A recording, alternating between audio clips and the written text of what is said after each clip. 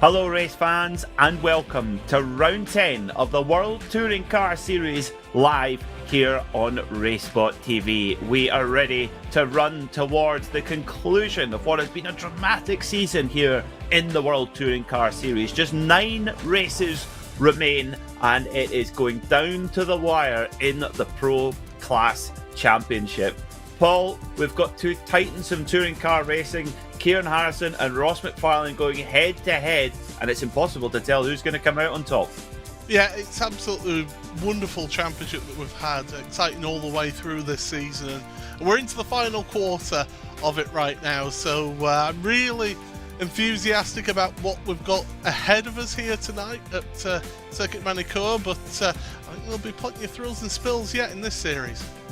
Oh, no question about it. I mean, here at Magny-Cours is a circuit that's relatively new to the iRacing platform, so the drivers are going to be a little bit fresher, a little bit greener than they are to some of the other venues that we've seen so far this season. We kicked off all the way back in mid-January at the Red Bull Ring before progressing through Hockenheim and Monza, then a little bit of a stateside swing, Canadian Tire Motorsport Park in Canada, the bumps of Sebring and the Nürburgring Grand Prix to round out the first half of the season, then over to Japan, to Suzuka, to Brazil, to Interlagos, then Watkins Glen just 2 weeks ago. And here we are for what will be a very tricky end to the season. Magny-Cours, next week we go to Knockhill in Fife in Scotland, and then finish off on the national circuit, the short circuit at Silverstone. This is how the points look at the moment. Ross McFarlane is your leader, but look at that, by 4 points is your gap at the top. And we said there's 2 titans. Well, we've got our defending champion as well, Corentin Guinness, who's within 10 points of the lead as well. Don't write off Norbert Leitner either. He's been sneaking up to the front of the field throughout this season. He sits in 4th, and David Baker, ever present, rounds out the top 5. Terje Flatten is in 6th, Wojciech Savinovic is in 7th, and then it's Esteban Rodriguez Sambles and Silar Nagy rounds out the top 10, making it 2 Impulse Racing cars in that top 10. In the AM class, well, a little bit more convincing at the top of the AM class. Dan Martin has had a superb season. He leads the way by 76 points as things stand from Craig Williams in one of the only Audis in the field. Andreas Gilman sits in 3rd, then it's Damon Mulqueen and Richard Simner. Mike Pollard is 6th. Then it's Matthias Pentola, who's had some super races the last few rounds in his Honda. He sits 7th overall. Stuart Bickley's in 8th, Harry Fox in 9th, and Ryan Hamilton rounds out your top 10 in the AM class. The team standings, well, it looked like SimRC were going to run away with it, but Pure Sims Esports have really rallied, and they aren't far behind at all in 2nd position. Impulse Racing sits in 3rd after a very strong season so far. Forermort Podcast by Geodesic are 4th, then Hydro Race by Geodesic are 5th. Then it's Semper Racing, Craig Setup Shop in Urano, RD Sim Sport, Pure Sims SimLab, and the Impulse Racing Sim Racing Cockpit outfit. They are your pro team standings. At the top of the Pro-Am team standings, well, it's an inter-team battle between the DCW Racing Yellow and Blue squads, with Prestanda Nomad in 3rd, iRace Esports in 4th, and then Wiskins Racing sit in 5th. Ignium, FRS VTEC and Joysport round out those Pro-Am standings. So with just 35 seconds left on the clock before the checkered flag is waved in qualifying, at the moment we see Corentin Guinness, who's just nicked to the top of the timesheets at the death of qualifying, 147.559 for the defending champion, and he nicks ahead of Ross McFarlane, with Jack Sedgwick there in 3rd as well in the Hyundai Veloster. Great qualifying from him. You'll notice one championship contender not at the top there, Kieran Harrison, and there's good reason for that, Paul. Yeah, he picked up a penalty from the last round, so that means he's got a qualifying ban here, so he won't be setting any times here in qualifying. Another notable one from the front of the field as well is Wojciech Savinovic. He's not only got a qualifying ban, but he's got to start at the back of the grid for races 2 and 3 as well. So the incident down into turn 1 at Watkins Glen, where he went bowling, literally followed the advice of the advertising there. Well, that picked him up a big penalty. Yes, he did take that rather literally, those advertising hoardings at Watkins Glen. Well, we'll see what Kieran Harrison and what Cvicinovic can do from the back of the grid. They're so quick that do not write them off. Dan Martin, what a qualifying that is, and just really solidifies his position as the leading driver in the AM class, 5th overall, just 0.4 of a second off Corentin Guinez in pole. And Dan Martin is 0.4 of a second quicker than the nearest AM driver, Craig Williams, in 13th, who Paul really was testing the contours of the Magny-Cours curbs there a moment ago as he came flying into shot. Yeah, you got to test the limits of the circuit here around this track. So yeah, it's really bizarre what these drivers will do. But in these touring cars, they can really take a hammering over those curbs. Worth pointing out as well, a replacement for Nathan Ames as well as Sim RC. He's not going to be carrying on. It's Jürgen Frank. I mean, it's replace one with another is pretty much equal. So yeah, Jürgen Frank in, and he's qualified in 6th place here. That's a very good return to the championship there for Jürgen Frank. We've seen him before, but great to have him back, and I think he will really help that Sim RC team with their battle for the championship, both in the drivers and the teams championship as well.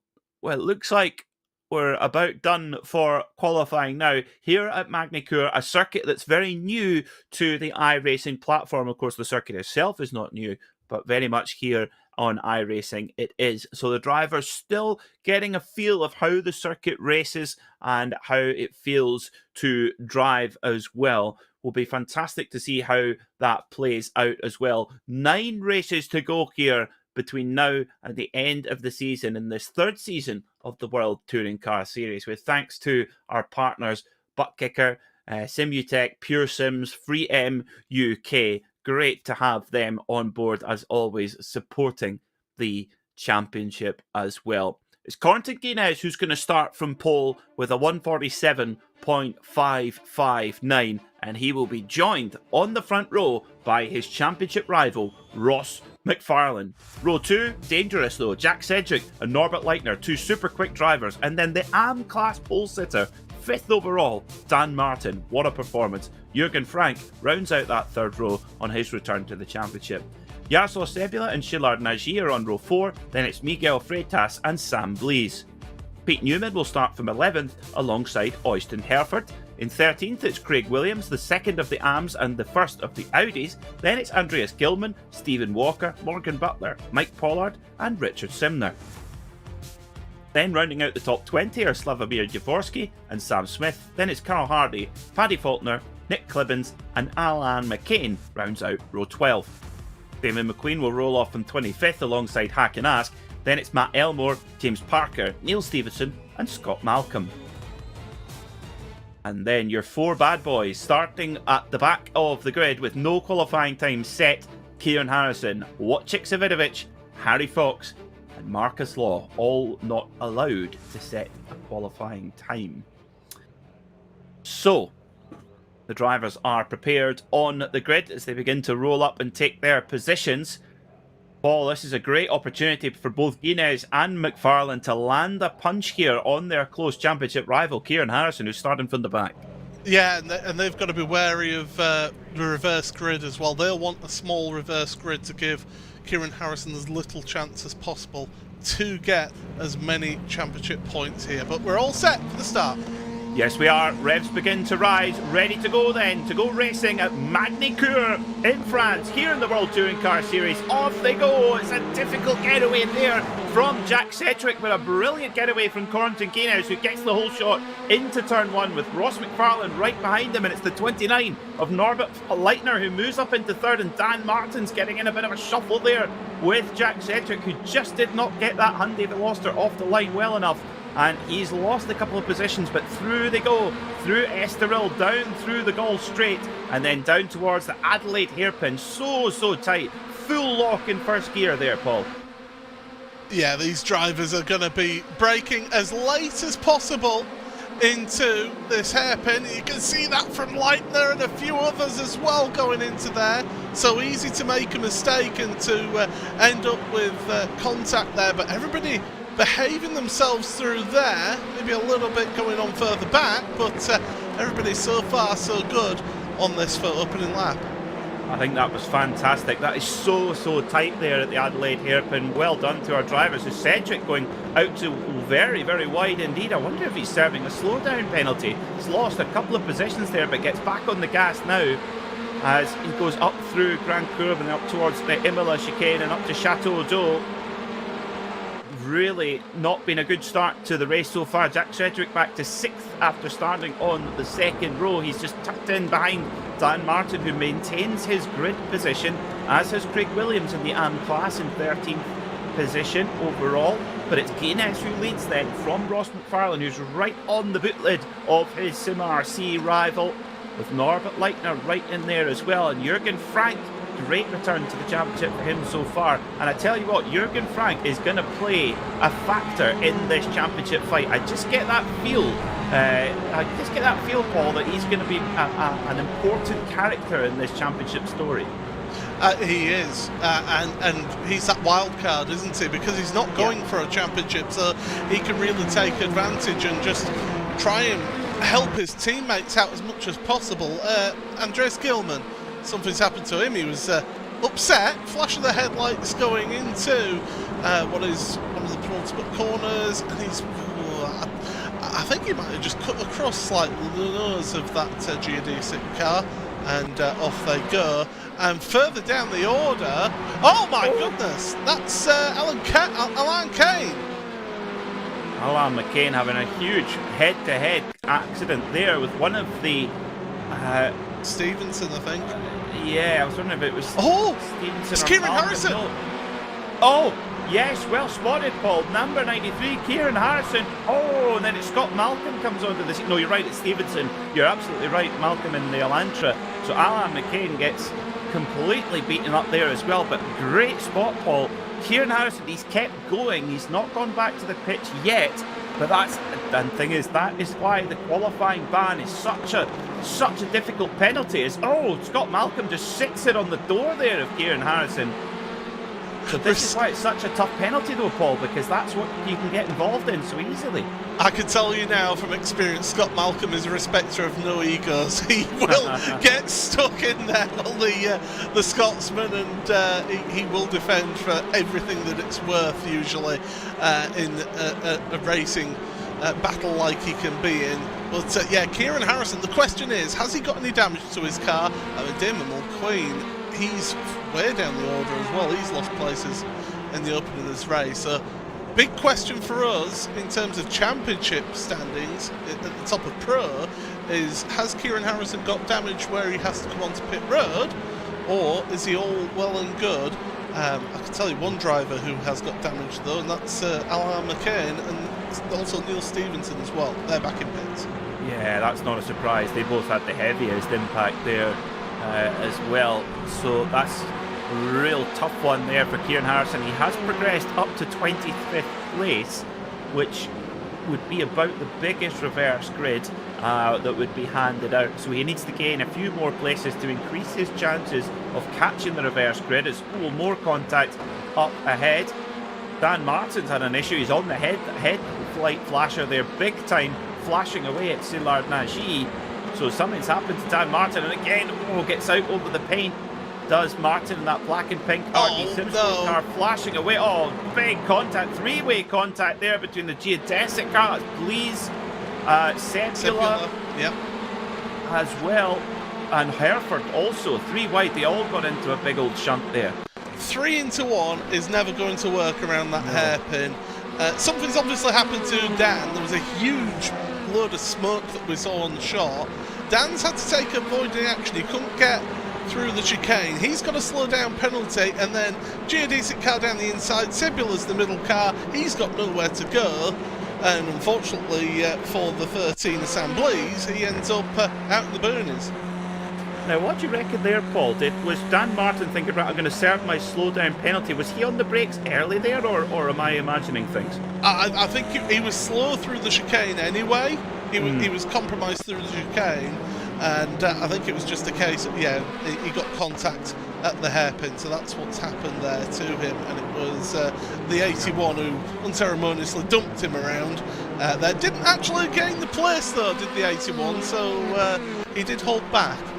Yeah, it's Jaroslav Serbula, and the thing is, that's so easy to do at Adelaide because you're almost at the top of top gear there, and then you've got to go down to bottom gear, full steering lock, so it's a big braking zone, so it is understandable to see that converging. Now, question is, has Dan Martin got any performance drop from? He's clearly got damage, we can see that. The rear of the car has got a big shunt at the back of it, but is it affecting the handling of the car? Of course, these are front wheel drive cars, there's no driven wheels there, but you don't want to be bending anything back there if you can help it. But he carries on. Craig Williams has profited from others' misfortune and others' problems. There he is, just at the back of shot there, 9th position in the sole Audi. That's why we call him the Frank Biela of the World Touring Car Series, representing the 4 rings of Ingolstadt of Audi Sport. So 13 minutes to go. Guinness still hanging on to his lead by 0.7 of a second from McFarlane, who holds about a second over Leitner. So the top 2 got a bit of a breakaway here, but tell you where there isn't a breakaway is from the number 11 of Szilard Nagy, because he's got a bit of a queue forming up behind him here, Paul.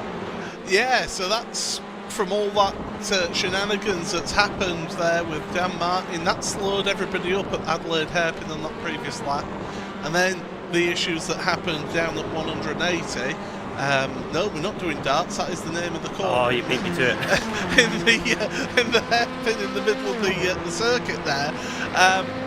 Yeah, so they've lost that big gap. It's about 5 seconds between 5th and 6th place here. So that just tells you how much those 2 incidents on that last lap has cost them on the race leaders. But yeah, Nagy is not going to have it easy, because that slipstream down this back straight, it's a long enough section now for them to really get the effect of the draft. Yeah, it definitely is as good as the chances you're going to get to use it. There's Alan McCain at the foreground there, just getting back up to speed after taking the spare car. Dan Martin right on the back of Szilard Nagy, gives him a little bit of a love tap there as they come around Adelaide, and then up the gears through towards the Nürburgring hairpin. Oh, number 58, Pete Newman, has had a problem. Don't see any damage on this side of the car. Let's see what happened then for Pete Newman. I think we could guess it'll be car into the rear. It's going to come from a long way back if it's going to be a car into the rear, that is for sure. Here we go. And is that Impulse Racing car being a bit ambitious? The answer is yes. Dear. That's Miguel Freitas, showing that he's no longer a Team Iberian anymore. He's really got the full Iberian there. Yeah, yes, that was a proper Miley Cyrus impression there. Oh dear. Well, you've just got it there. There we go. So just under 11 minutes to go, and Dan Martin leads the AM class for now. So he's got past Szilard Nagy, who of course is in the Pro class. That's signified by green number for Pro driver, blue number for AM driver on our timing tower.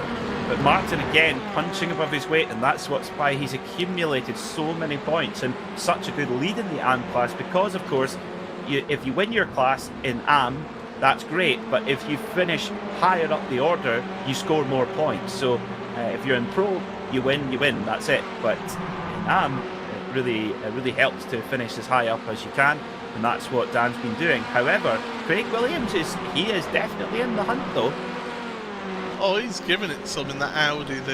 The less favourable Audi, let's be honest, it is very much on its own in this grid. I'm just having a look through our grid today. We've got no Hondas at all here today, so Craig Williams is the only one representing any outfit other than Hyundai right now in this series today. So yes, welcome to the Korean Touring Car Series. And we could have that with Kias as well. Imagine that multi-class with the Kias. That would be quite good. Please don't remind me of the Kias. The Kias, the Kia Optima. Many a year in the Kia, and yeah, I still have nightmares about it. But yeah, Craig Williams, to be fair to him, he has hustled that Audi all season. He has been outperforming that car. That car has no right to be where it is on the grid right now. He has really hustled this car this season. And yeah, he's got lucky with a couple of reverse grid draws, but you've got to be up there to take advantage of the reverse grid draws, haven't you? Exactly, you've got to be in it to win it, that's right. And I think what Craig, he's really played, the car is, as an overall package, is not as good as the Elantra or even the Veloster from Hyundai. That's just a fact. You can just tell that by the sheer numbers of what the drivers are using. However, there are certain things that the Audi is quite good at. It's pretty good off the line, and it's got good top end speed. It's on the circuits where straight line speed has been important. That's where Craig really put in some good results. So he's made the very most of his package. That's not going to clip well. His car and driver package is what I mean. Oh, I'm so fired after that one. Apologies. Craig is going to have that on his Discord. You can just know it. As there he goes for the inside. Can he make that move? And the answer is, well, quite authoritatively, yes, he can get that move done. And Jaroslav Sevilla has decided, oh, I want a piece of the action now. Yes, he certainly does. He certainly does. So Craig's up into 8th position now overall. So hunting down Dan Martin. To about 2.5 seconds between them at this stage. Craig Williams' best lap time 148.92. It's 148.929. And Dan Martin 148.6. So ultimate pace, Dan is a little bit quicker and actually pulled 0.6 of a second out of Craig Williams there. But it's far from over, and we've seen, particularly at the Adelaide hairpin, Paul, it can go wrong very quickly without you doing anything wrong. Yeah, absolutely. And Craig Williams, don't forget, came into this round just 76 points back from Dan Martin, so he's gained 5 places in this race. Really good charge through into the top 10 by Craig. And yeah, he's certainly showing. I mean, look at him, he's pulling away from Oysten Hefford right now, so he's really got the bit between his teeth. Meanwhile, Hefford has got Sebrillo and Blees behind, and the ever-quick Richard Simner in the arms as well. 12th place, it's worth mentioning, DCW Racing driver there. But the front two, Guinness and Leitner, have pulled away slightly, haven't they now? They've got a gap over Leitner. They have, yes, yes indeed. Yeah, the leaders are so close there with 6 minutes and 40 seconds to go. You saw McFarlane maybe just having to give best to the SimRC drivers of Guinness and Harrison in these first races, but McFarlane's definitely had a bit of a renaissance in the second half of the season, particularly in the reverse grid races, by getting some really strong results together, and he's fought himself back up into contention for the championship. He leads that championship by just 4 points from Kieran Harrison and 10 points from Corentin Guinness. So it's so tight at the top of the field. Kieran Harrison, despite that incident though, Paul, he's up into 16th place. That's fantastic driving. Yeah, just a casual 15 places gained for Kieran. That's really good going. Is that Wojciech Svinovic as well up 14 places? So the two of them working their way through the field. You could just see them in the background of shot then as we were on there. There we go in the background of shot there. So as one of the impulse cars goes very wide there, and Harrison gains another place. That was Freitas. Yeah, I'm surprised Freitas' car is still going after. Yes, you can see there, much better angle. It's been significantly damaged. I don't think it would get through its MOT test looking like that right now after that big impact. So that was a little bit of an easier one for Harrison to get through. You see the whole rear of the car just jump up in the air there over the curbs. Yeah, you've got to attack that final chicane, or else you will lose tenths of a second. You will lose like 2.5 to 3 tenths of a second, because you're carrying that speed out of that chicane down the start and finish straight. You can see it's really affected downforce wise is Freitas with that front bumper missing. Has still got the splitter there though, so that survived, but the rest of the front is missing. That's what doesn't help him, especially with top speeds, but he's also struggling around the curly stuff as well. Yeah, absolutely. well, battle going on here between a DCW racing car number 73. Very, very tight there, but Mike Pollard getting by on Wojciech Savidovic, who's right there behind them in that Semper Racing car. So update at the front again, very, very tight as well. Savidovic gets into the rear quarter panel there of Pollard. That wouldn't have felt very nice, that's for sure. But when you see Savidovic +0, that's not what you want to see on your pit board. The battle for 4th position is on your screen right now, with Jürgen Frank hold off Jack Sedgwick, who's sort of on the recovery drive now after a really difficult start. Just couldn't quite get it launched. And the way that Elantra, particularly the whole rear of the car, just gets shot up in the air. Not even one side or the other, Paul. It's the entire rear just gets launched to the sky. But you can see how it's handling it as well. Yeah. It's a long wheelbase car. It's really well stuck chassis. It's a great chassis for attacking the curbs, and you'll see that next week at Knockhill as well. This Elantra will absolutely fly, figuratively and literally, through the chicane. It just handles the curbs so well. Even compared to the Veloster's a short wheelbase car in comparison. It's got a more nimble rear end, so it's more susceptible to those curb strikes, and you can end up losing control of the car over curb strikes if you hit them particularly hard. It's just the difference between the two cars and how they handle it, and that Elantra is just so good over the curbs, and that's one of the many reasons that the drivers love it. Yeah, it's been such a popular choice right the way through this World Touring Car Series history. We're now into season 3, but it's always been a car to have in one way or another, and he just looks so planted as well. But I tell you what, Sedgwick's making the most of the short wheelbase Hyundai Veloster, which is, I guess, the previous model of the before the Elantra, but actually came to iRacing later than the Elantra. Figure that one out. But you tried both, Paul. You preferred the Veloster. I just preferred the nippiness of it, and through the tighter stuff, like you get through here, through that penultimate corner before the final chicane, through the hairpin, that tight slow speed stuff, it's really good for that, is the Veloster over the Elantra. And that's where I preferred it. I just felt that the Elantra didn't suit my driving style quite as much, and so that's why I ended up switching to the Veloster when it became available. And Jack Sedgwick is absolutely loving that car. You've seen it week after week. He's up there with the best of them, and he's competing. But then again, he's a multi-time World Championship license holder, so he knows what he's doing out there. He is trying everything to try and get around Jürgen Frank, but Jürgen placing the car in the position where it's really, really tough for Sedgwick to get that move done. It's the big strike over the curb as well. It's just spectacular to watch around here, around Magny-Cours. As I mentioned, quite a new circuit to the iRacing platform. Oh no, Cedric Internet, no, that's not what we like to see.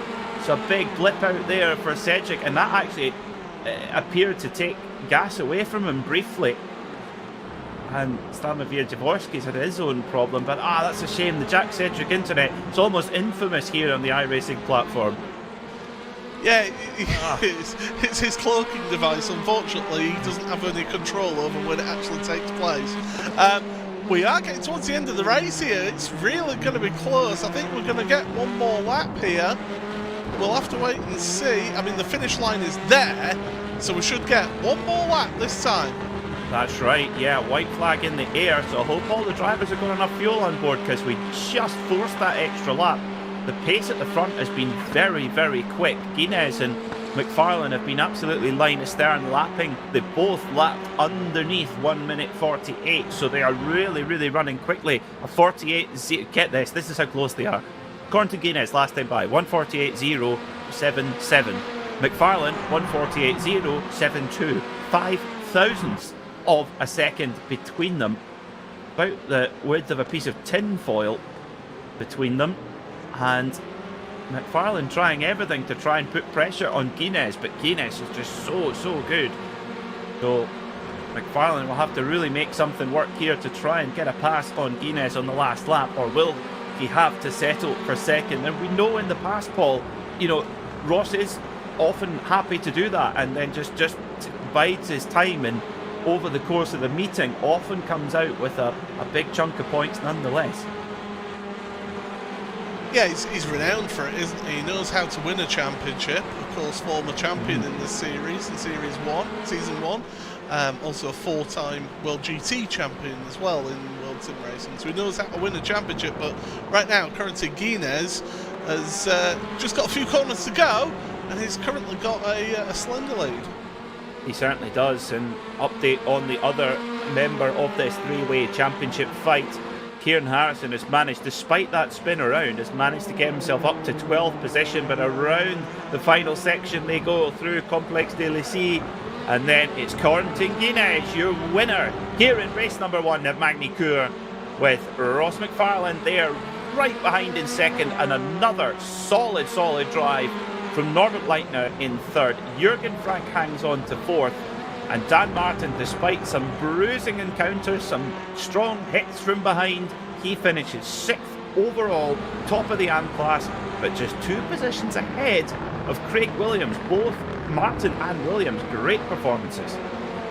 Yeah, great stuff from Williams and Dan Martin. You're absolutely right there, and they almost don't deserve to be in the AM class with the pace that they've shown all season, but certainly they've really come on the second half of the season and really pushed the championship. But it'll be interesting to see what the reverse grid draw is, because that will have a big effect. If you're Kieran Harrison, you want anything 12 and above. Well, that's what he's got to hope for. I think there's a strong chance of that mathematically for Kieran Harrison to get a reverse grid draw here, and that would allow him to sort of even the score up and effectively nullify the result of his reverse grid, of his back of the grid penalty. So good performance from Kieran Harrison there to sort of drag himself back into contention. Let's see what the result is going to be of the reverse grid draw. This number tells us how many cars we reverse from the outcome of race number 1, and 16 there. If that had stopped that little bit earlier, Kieran Harrison would have missed out, but he won't. Corentin Guinness then, your winner in race number 1, with McFarlane and Leitner rounding out the podium. Jürgen Frank was 4th, with Jack Sedgwick there in 5th.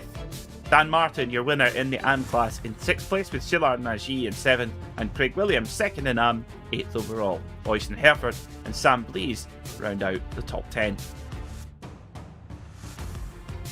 Then in 11th, it was Jaroslav Sebula, with Kieran Harrison getting that crucial reverse grid draw. He'll start close to the front for race number 2. Richard Simner was 13th, Stephen Walker was 14th, and then Wojciech Savidovic also getting himself into that reverse grid draw. He will start from the front row of the grid, will Savidovic. Paddy Faulkner will be your reverse grid pole sitter for race 2. Mike Pollard just missed out on that draw, with Miguel Freitas limping a very damaged Impulse Racing machine home in 18th. Then it was Sam Smith and Hakan Ask. 21st was Pete Newman, followed by James Parker, Carl Hardy, Slavomir Jaworski, Matt Elmore, Nick Clibbins, Andreas Gilman, Scott Malcolm, Alan McCain, and Damon Mulqueen not making it to the flag. Well. A very helpful draw, I think it must be said, for Kieran Harrison. It could just a tiny little stop earlier on the spinny wheel draw, and it could have been a miss out of that reverse grid draw, but he's got it, Paul, and it's game on now for Kieran Harrison. Guinness and McFarlane, they're thinking, right, we've got to get a move on in those first laps in race 2.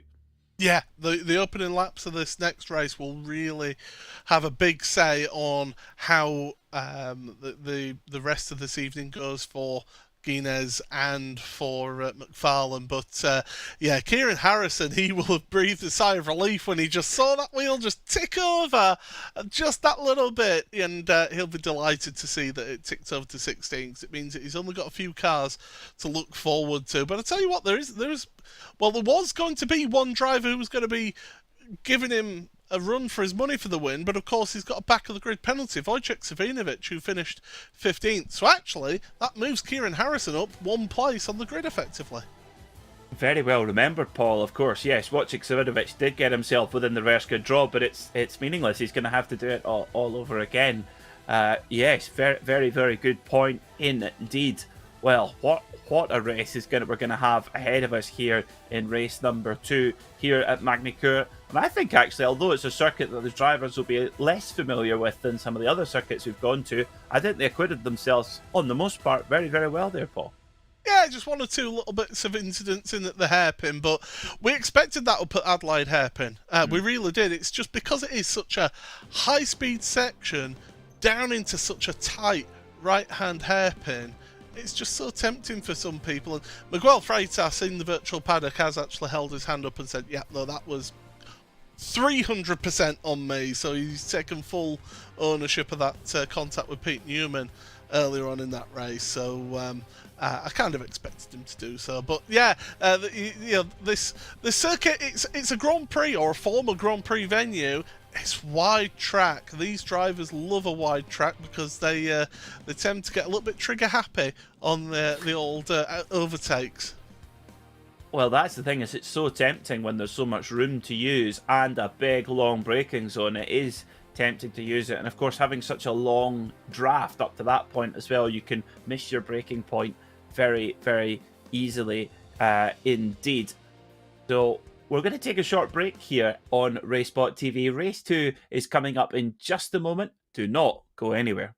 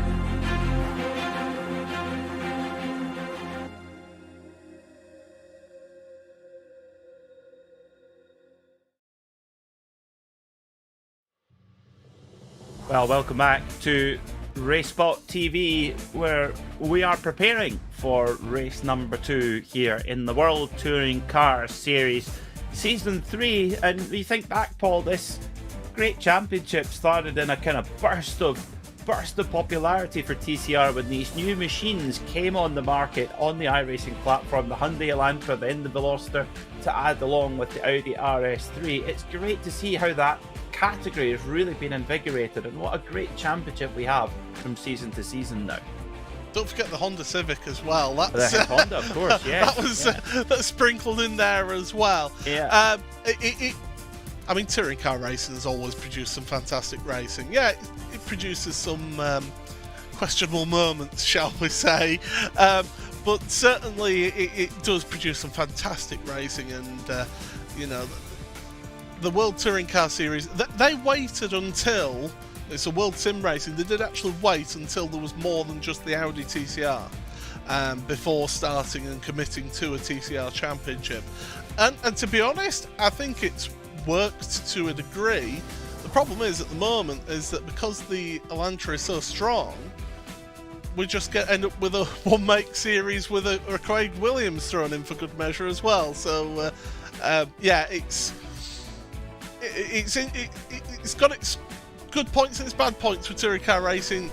You won't get more exciting pack racing on the road side of iRacing.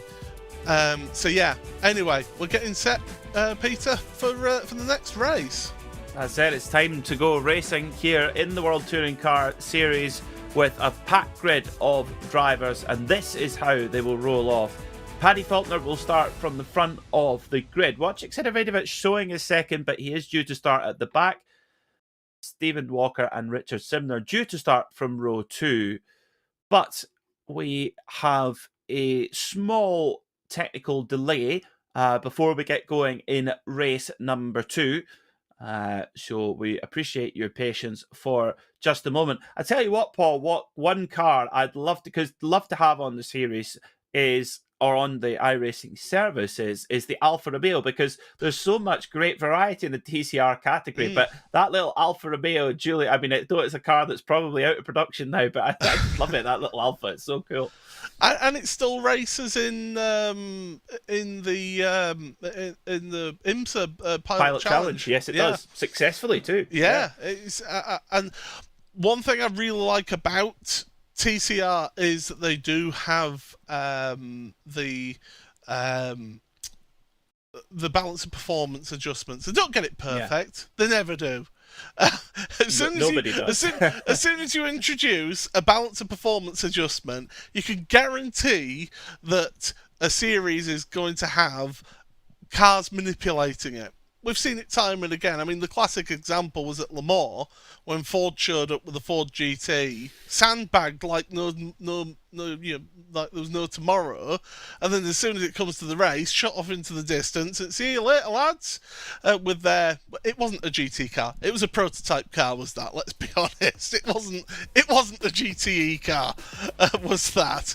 But you can see. But generally speaking, especially with this series, they do get the balance performance more or less right, because they get multiple drivers to test the multiple cars in same settings, same session settings and everything, to see what the sort of balances that they need to get for them.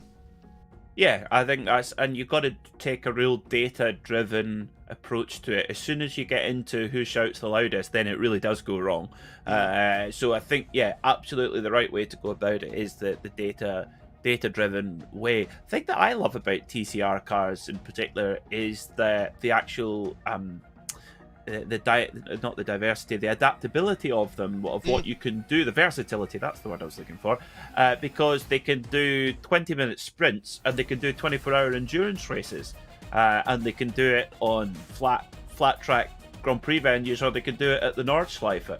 That's what I love about TCR, is what you can do with a car. You know, if you're a customer racing team, there's so many other events that you can use the car for and ultimately grow your business with. I think that it's a really global, inclusive category. It's such a shame that we don't have a sort of world championship as such anymore. But, you know, I still don't think it's gonna squash the appeal of what TCR is, being able to be used in so many different scenarios around the world. Joe, it's funny, I was talking to a friend of mine, Fraser. Me and him, we used to be rally marshals for many a year, and but we used to always go out to other motorsport events, and touring cars was a big thing, British touring cars especially. And when TCR came along, I said, BTCC, if they really want to keep an eye on their sort of costs, TCR's the way that they need to go. Because they're not one spec, one specification cars. If you've got a BTCC car and you want to sell it, well, good luck and hope that somebody else wants to be on the BTCC grid, because you're not selling it elsewhere in the world. Whereas a TCR car, you can pick up for only 70 grand. It's crazy how cheap these cars are. I mean, I literally saw it because we were discussing this. A Hyundai i30, was it the i30? Mm-hmm. Oh, was it the i20? I can't remember. One of the i30N. The i30N. Championship winning in 2021. On sale at the moment online is that car, and it costs 70 grand. And that is a really competitive car. It's still competitive now, even though you have got the Elantra has come along as the new weapon that Hyundai have really put the money and development into. But it can still do the job, and it can still win you championships. And you can go to TCR UK and then say, well, on the off weeks that we're not in that series, we'll go to TCR Europe or TCR whatever country. Or, I fancy doing some endurance racing with it as well. We'll go to 24-hour series, or we'll go to Nürburgring Endurance Championship. Things like that. So much, as you say, versatility in this car. And that's what I love about it. It's just fantastic in the, not just specific cars, but in the whole specification of TCR. So if you've wondered, folks, you're not tuned in to northern Brits talk about good value for money. Although that would make a good television program with good consumer advice. You are tuned into the World Touring Car Series here on RaceSpotTV. I could put the down payment on one. Race 2 is coming up. We appreciate your patience, but if you'd like any more fiscal advice, Paul and I are from the right part of the world to discuss about value for money for as long for a cost as possible. Consultancy services and being tight. We're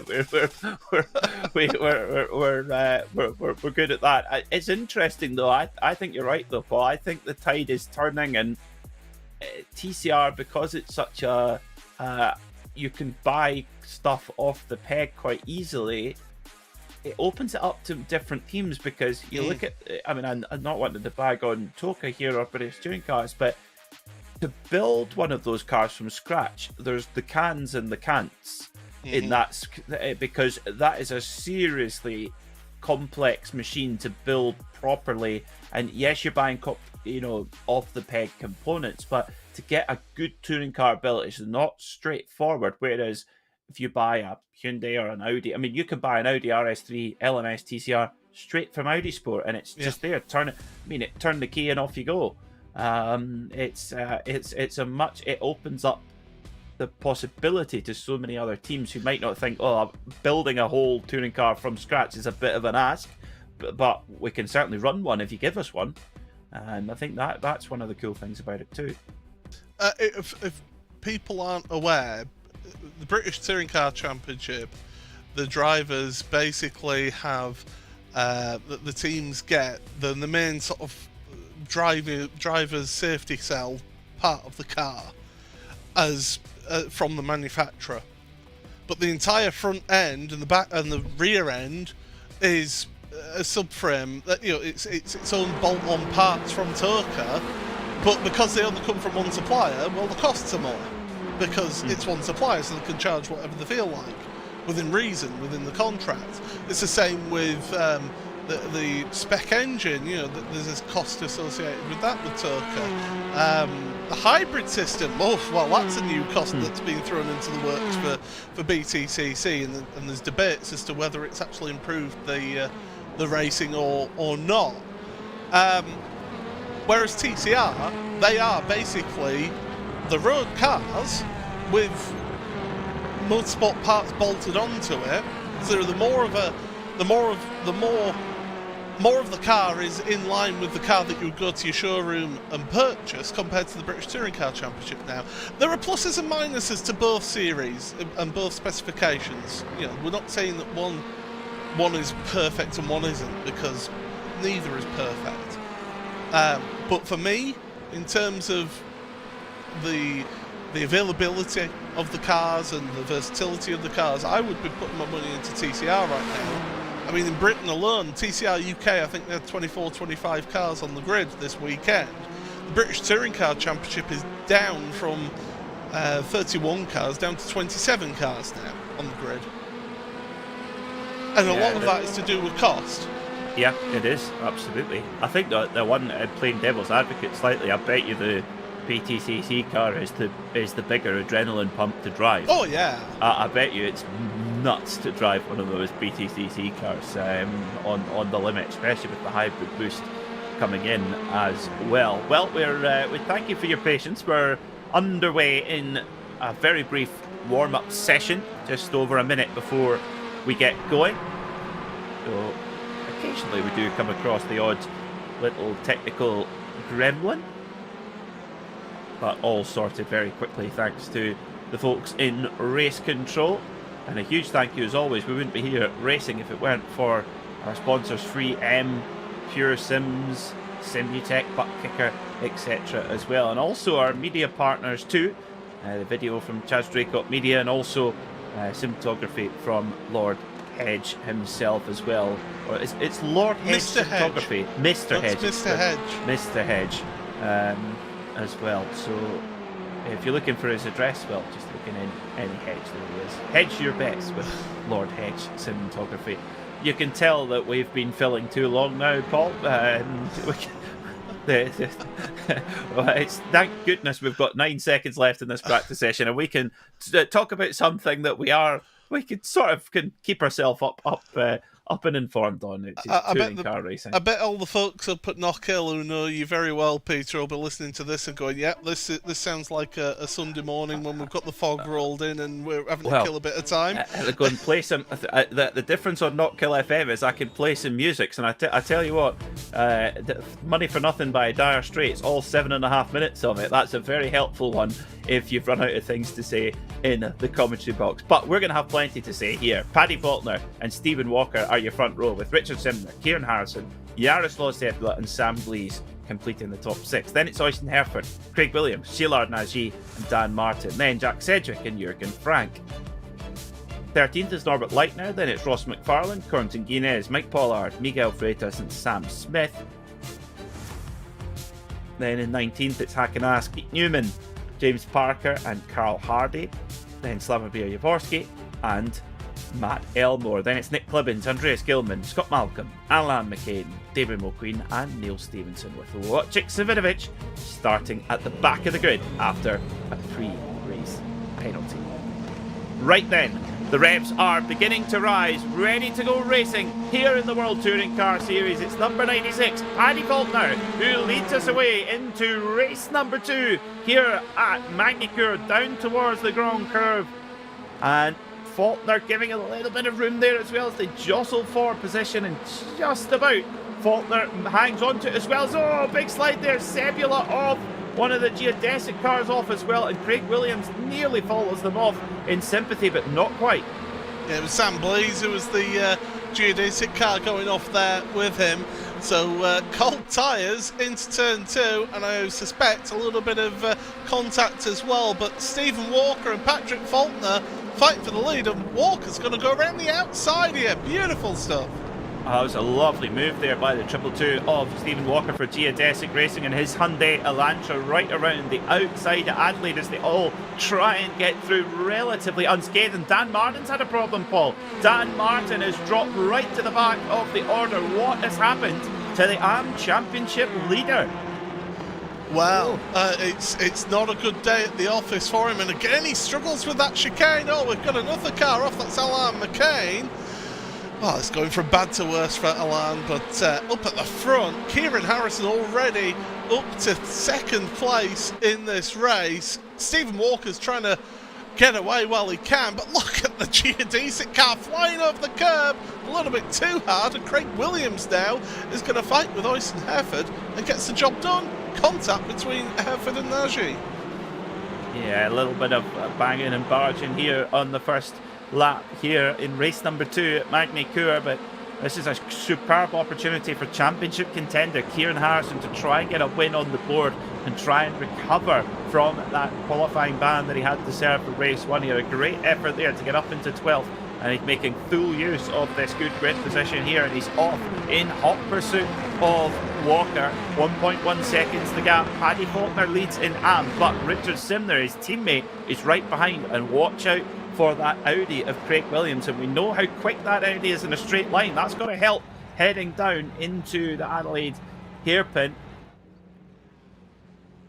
So Dan Martin, if you just watch him, the black and pink machine on the inside of your shot, we saw him drop right down to the bottom of the field. He's on the inside of the corner there, coming around Estoril and then through towards the Golf chicane. He's got, is that Kieran Harrison? No, it's Jurgen Frank right behind him. It's Jurgen Frank right behind Dan Martin. Still okay for now. Frank gets onto the grass. Martin goes to the middle. Here comes Cedric behind. Cedric loses it on the grass and pins him. Oh dear. Very much wrong place at the wrong time for Dan Martin. He ends up way down, and Patrick Faulkner now has had issues, and it was a slowdown penalty by the looks of things. He's dropped down the order here, and then it was very close at the hairpin for him. So yeah, he's picked up that slowdown penalty obviously at the start of the lap, and has ended up dropping down the order then, down that back straight in towards Adelaide, named after the run down to the hairpin at Adelaide that famously Nigel Mansell had his tyre explode back in 1986, which lost him the Formula 1 World Championship. Yes, I'm old. You're well read, Paul, I would call it. A scholar of motor racing history.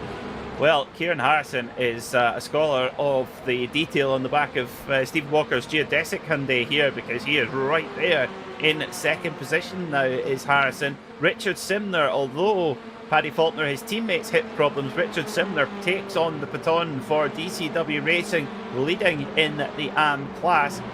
Good start for Guinness in 9th, but also for Ross McFarlane. McFarlane's up into 7th already. That's a great start from the Scotsman, up from 15th on the grid there for McFarlane. So really tight. Oh, big block there in front of Craig Williams. That was Austin Hereford, and trying to squeeze to the inside and then moves across the outside under braking. That's pretty aggressive there from Hereford, but you'll have to try harder than that to scare Craig Williams. Yeah, he'll make sure that big Audi that's built like a tank will be there. Harrison's gone to the lead in this race, so he's managed to get the job done probably at this hairpin.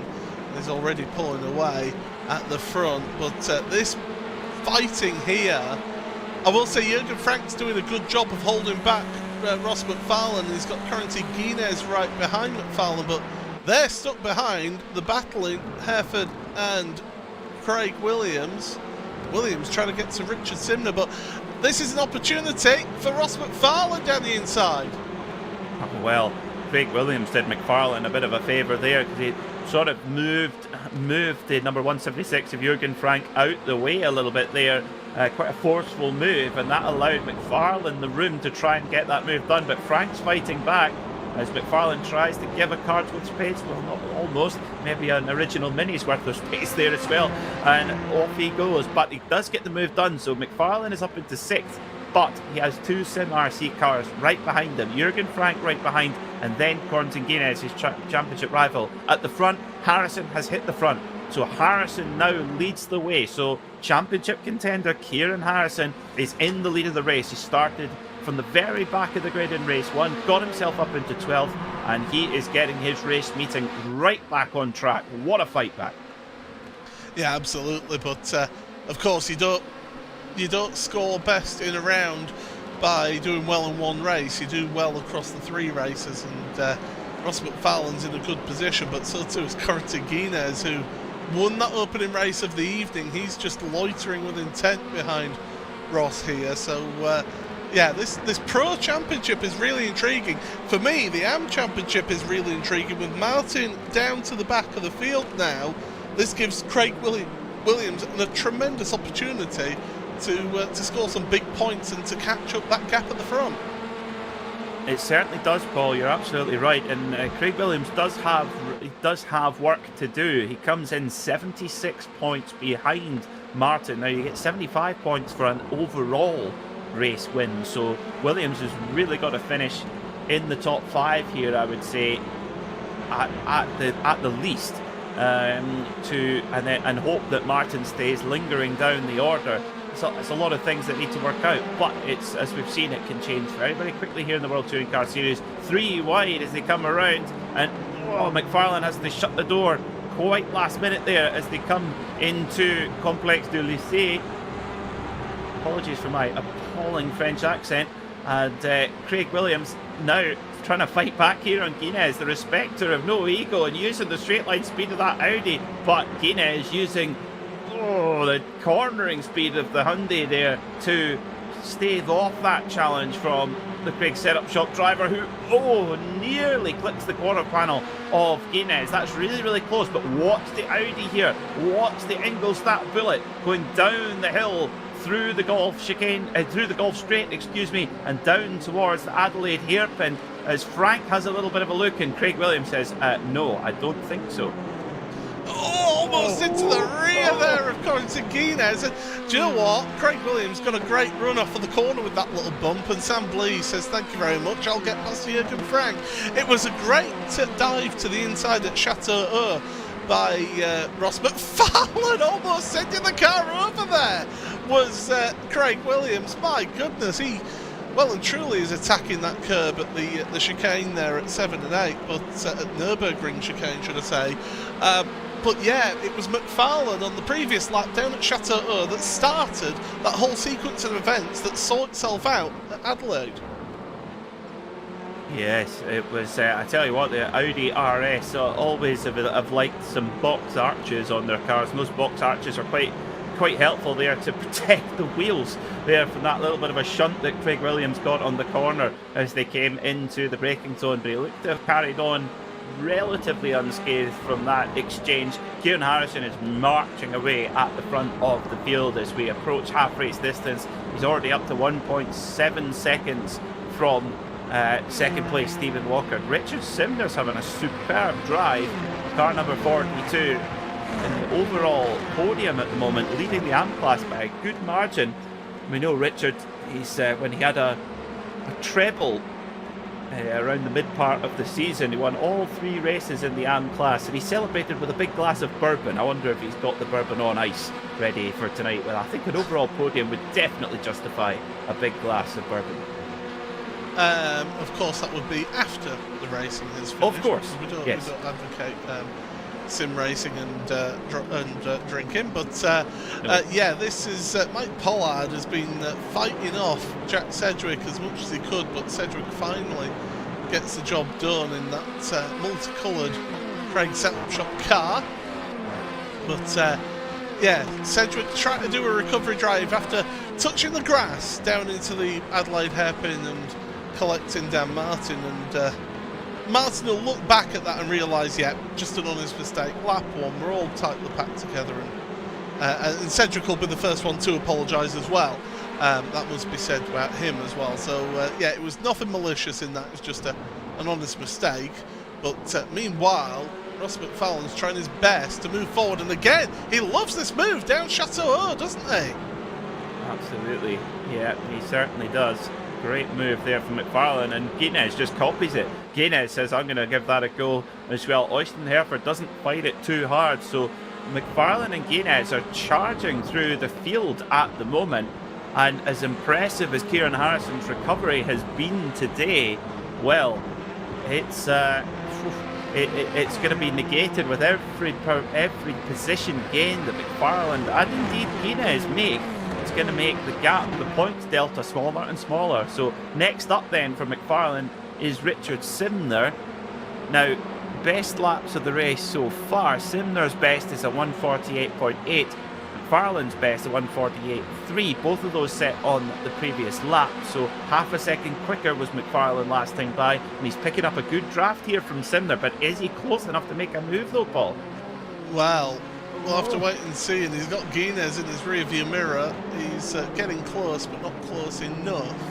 it must be said. We didn't touch on this in race 1. It was about 30 degrees track temperature in race 1. This race, 37 degrees, so a little bit hotter, but it's not as big. Oh, there was a load of smoke. There's well, that's Wojciech Savinovic, and that's going to be Sam Smith as well. So both of those. Well, it doesn't take much of a detective to work out what's happened here. Well, let's wait and see. Don't say he's got his braking point wrong again. Oh, well, let's wait and see. Then it's got one of the Impulse Racing cars right behind them. Is that Robert White now? Car 29. Where did he get down there? Oh, he's got his brake point wrong, all right. Oh, my goodness me. T-bone steak. This twice now in 2 rounds of the championship.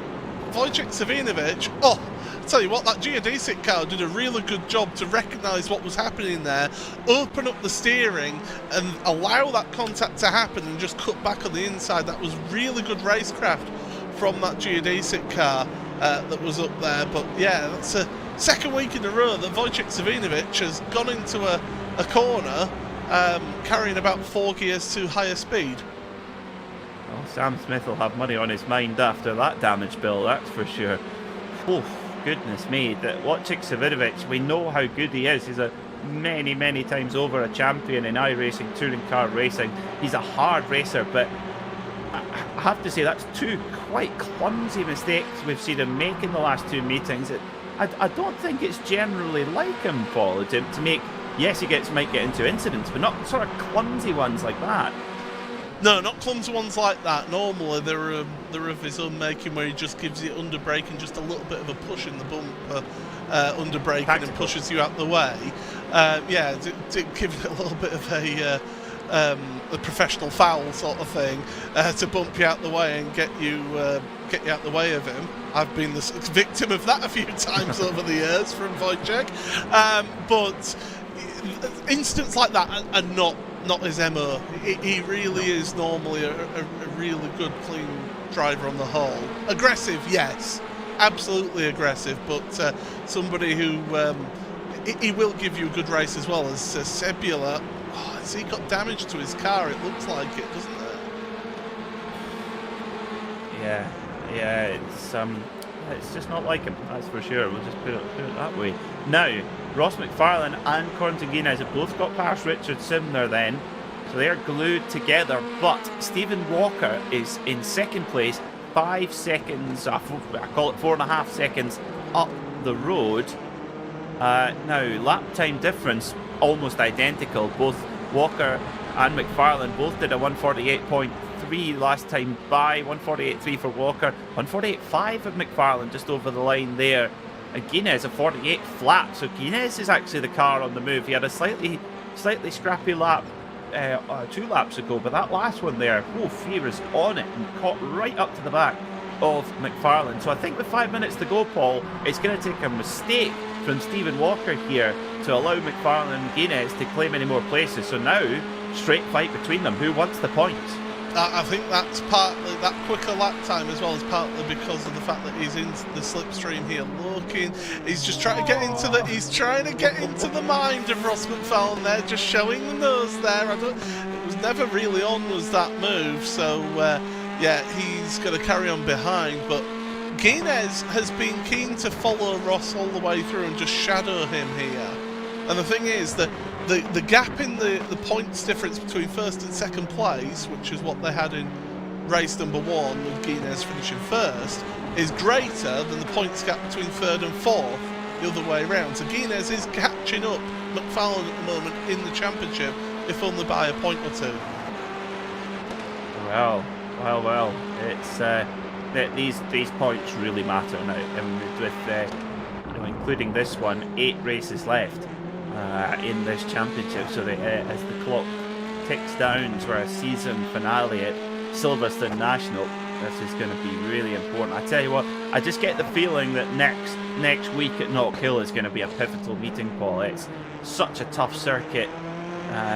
Incidents are often aplenty there. I wonder if that's going to be the pivotal point in the season, but what a great battle this is. We saw Guinez basically lead McFarlane all the way to the flag in race 1. What's it going to be like here in race 2? At the moment, it's McFarlane who's doing the leading. don't forget as well, Knockhill is going to be the final round that you can drop scores from as well.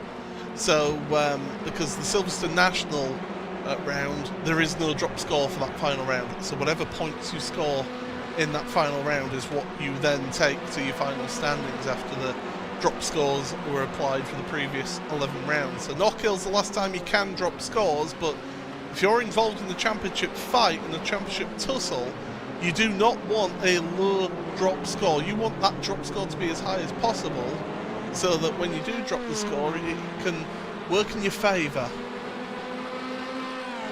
Yes, yeah, that is the thing with the drop scores, how that's going to work out, and who's in the right position there too. So really every position counts now. 2.5 minutes to go. Richard Simner still holding on to a spot in the top 5. However, Craig Williams has closed him down a little bit.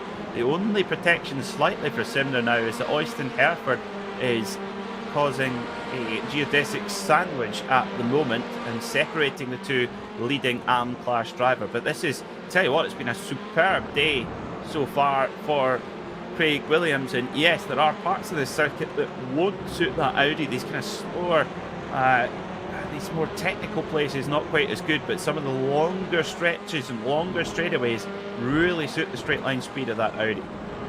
It's the slower, the tighter corners that you really struggle with, because it's a DSG gearbox. You basically Audi understeers, of course. Yeah, but I can tell you that from experience.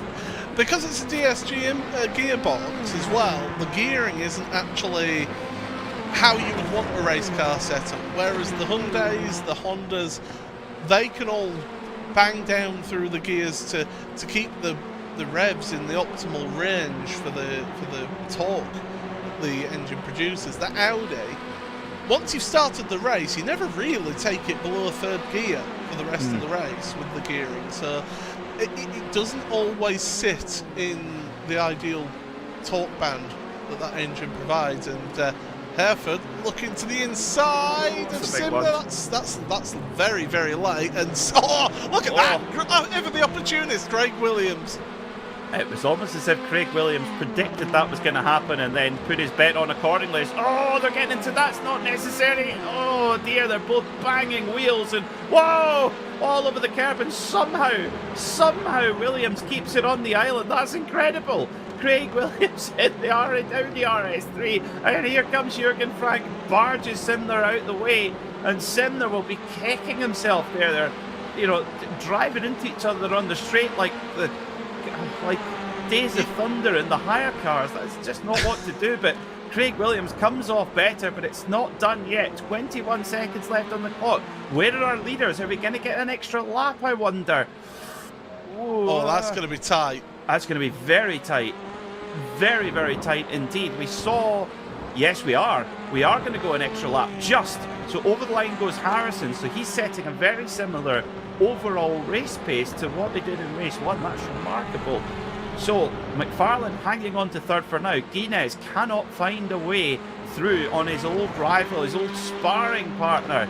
We've seen it be McFarlane versus Guinness throughout the history of World Touring Car Series.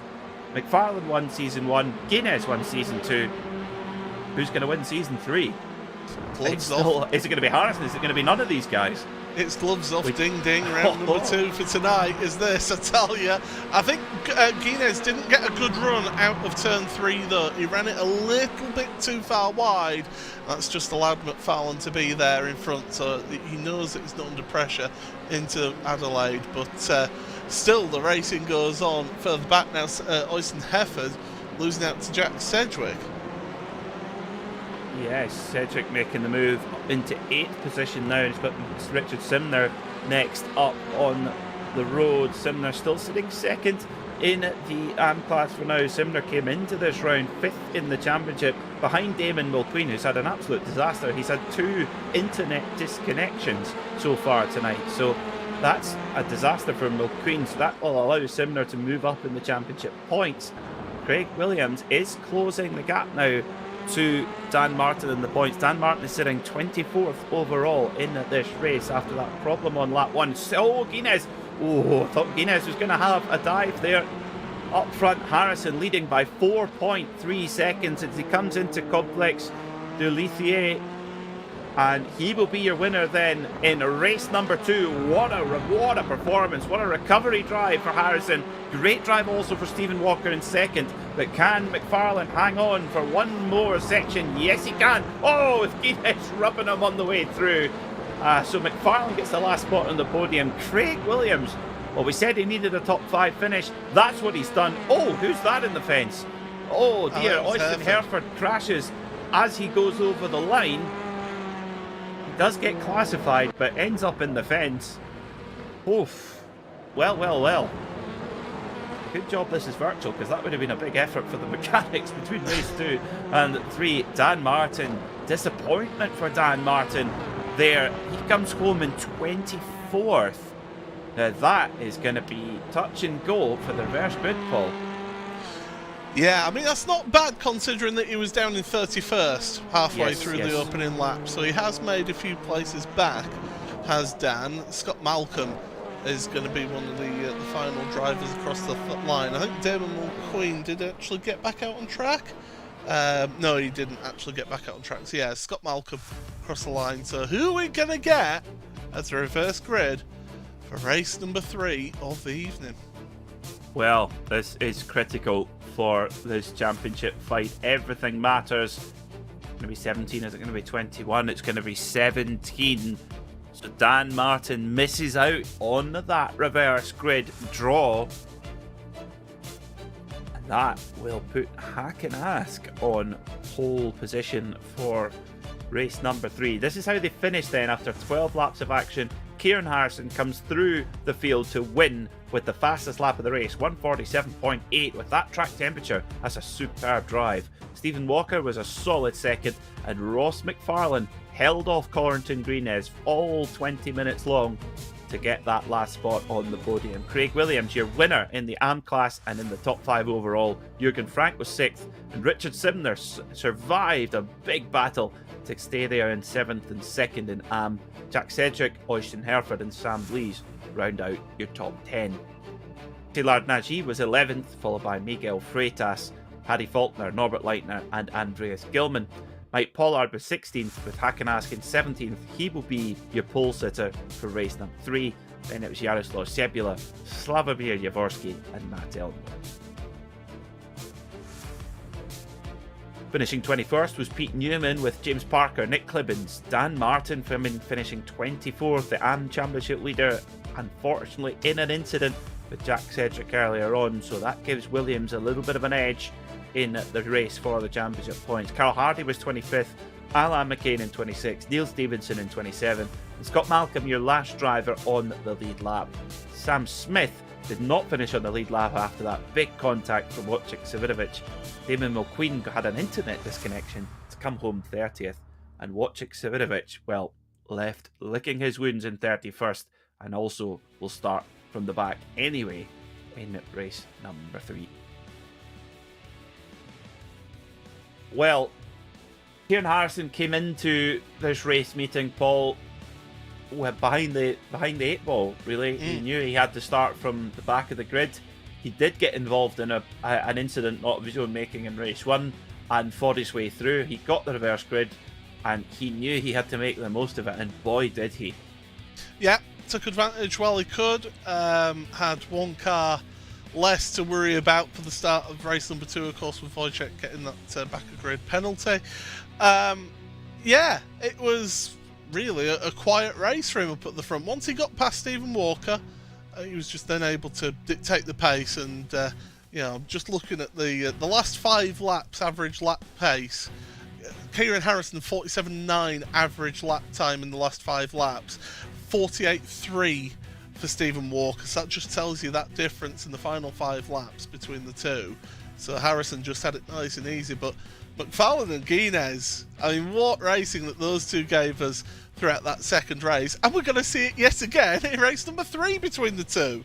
I know, there's such respect between them. You can really tell, you know, they've raced each other for such a long time in this series, and you know, so many great battles, and sometimes Ross comes out on top, sometimes Corrington comes out on top. It's fantastic to watch, and the way that they just carve through the field with such aplomb and such precision, and such intimidation for their rivals. You can almost see them looking in the mirror going, oh no, here they come.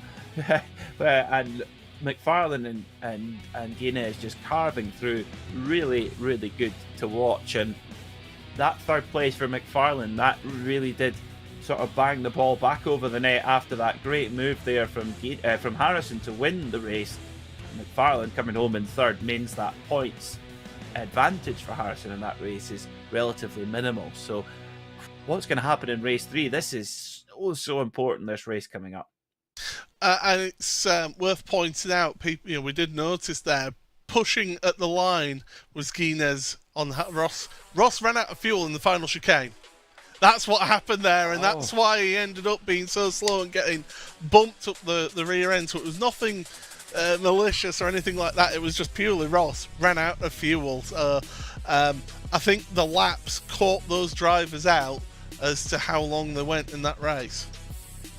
Exactly, because we had the same number of laps in race 2 as we had in race 1. I don't remember the last time we had that, because always with a reverse grid race, you're never going to have the race pace that you get in race 1 with the grid being set on pace order. But that just shows you how fast Harrison was in that race, and it shows you if he'd been able to qualify, what he could have done in race 1 as well. Yeah. So incredible pace from Kieran Harrison. And also, he did that with a higher track temperature, where the grip just would not have been the same. Looking at everyone else's lap times, Ross McFarlane and Guinness, neither of them broke 148, whereas they broke 148 easily in race 1. So Harrison, he's come out swinging tonight. Yeah, certainly has, but he's got it all to do again in race number 3, and this is where getting that penalty for race number 1 is going to have that knock-on effect, because McFarlane and Guinness are going to be starting further up the grid from Kieran in this final race. So overall, across the whole week, shall we say, he will end up scoring less than McFarlane and Guinness going out of this week. So yeah, it's intriguing. It's this championship, and certainly gives us plenty of thrills and spills, and that's why we love it. Don't we ever? Well, race number 3 is coming up very, very shortly. Make sure you're sitting comfortably for that one. We're going to duck away for just a moment. Do not go anywhere.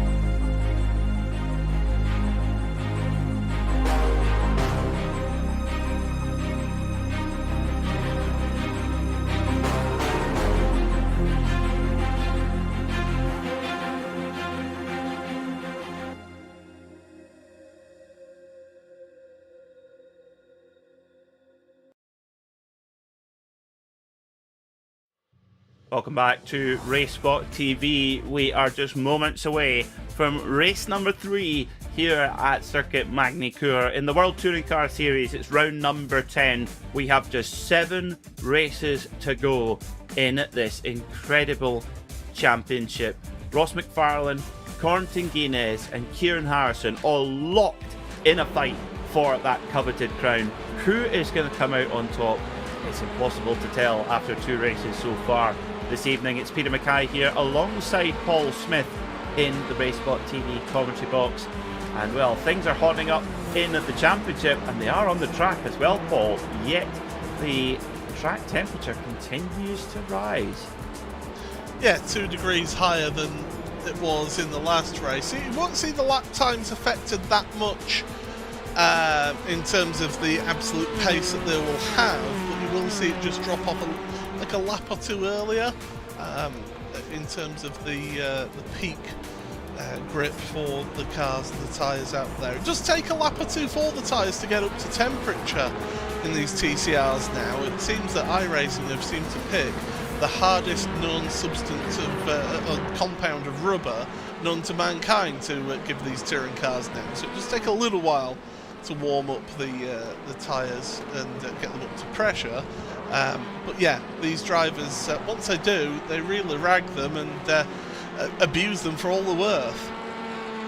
Yeah, the tyres certainly do get a bit of a workout in these machines, that's for sure. But just under 5 minutes of warm-up time for our drivers to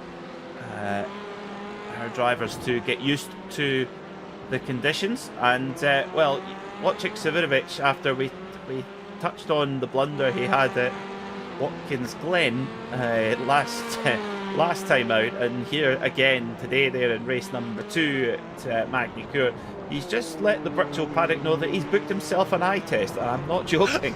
He's even shared a screenshot. Your adult eye test is booked.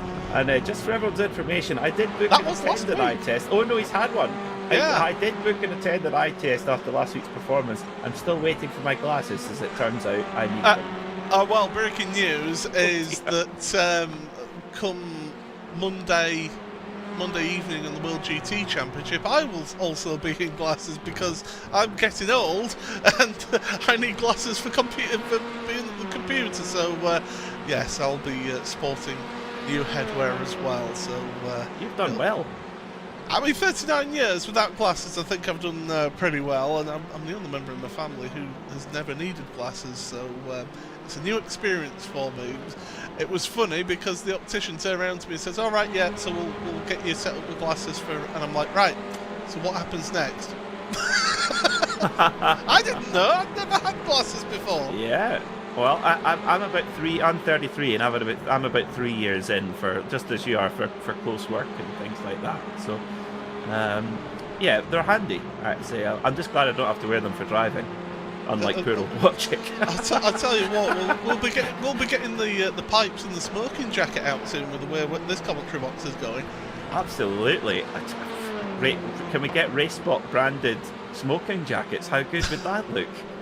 It's like with it just quaffing our pipes, just like hello and welcome to the not that we condone smoking tobacco or any other sort of. Oh no, it'll just be for there'll be decorative effect. Oh, I mean, I'm already there. I've already got mine. So I thought you got special. Have you not got your government issued pipe when you reached 30?